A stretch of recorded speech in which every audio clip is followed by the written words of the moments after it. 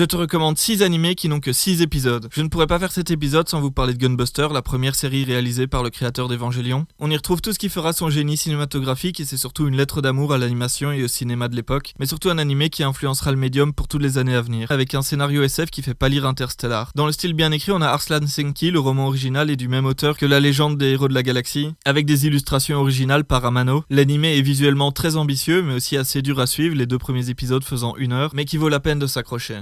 Après, je vous propose Fooly Cooly, probablement le plus populaire de ce top. Un animé déroutant et très what the fuck qui a été fait à une époque où le studio ne savait pas quelle direction il allait prendre. Je trouve qu'il manque un peu de cohésion globale, mais c'est justement ça qui est très méta, vu que c'est une histoire à propos de l'adolescence et du changement. Un des tout premiers animés du 21e siècle et qui a vraiment marqué ce changement qu'il y a eu dans l'industrie, notamment par sa très bonne utilisation de la 3D. Mon préféré de ce top, Gosenzo Sama Banbanzai, un animé écrit et dirigé par Mamoru Oshii, vachement drôle et plutôt intelligent, s'inspirant des pièces de théâtre classiques. C'est vraiment un animé qui sent bon la liberté créatrice et l'animation innovante. Golden Boy, c'est un animé que je n'ai personnellement pas fini parce que je trouve qu'il est trop cringe, mais je comprends pourquoi il est aussi populaire parce qu'il est vachement hilarant. Le héros a vraiment un esprit shonen et c'est vraiment super satisfaisant de le voir réussir dans ce qu'il fait. Avec une animation tout aussi ambitieuse que démentielle, mais après, pour la question est-ce que cet animé est sexiste, il y a vraiment pas débat et je comprends si ça vous rebute. Et pour finir, j'avais envie de vous recommander Iria Zeiram The Animation, et un animé SF plutôt cliché dont j'ai vraiment bien aimé l'esthétique, ce genre d'animé où on sait pas trop où on va mais on ne peut qu'apprécier le voyage.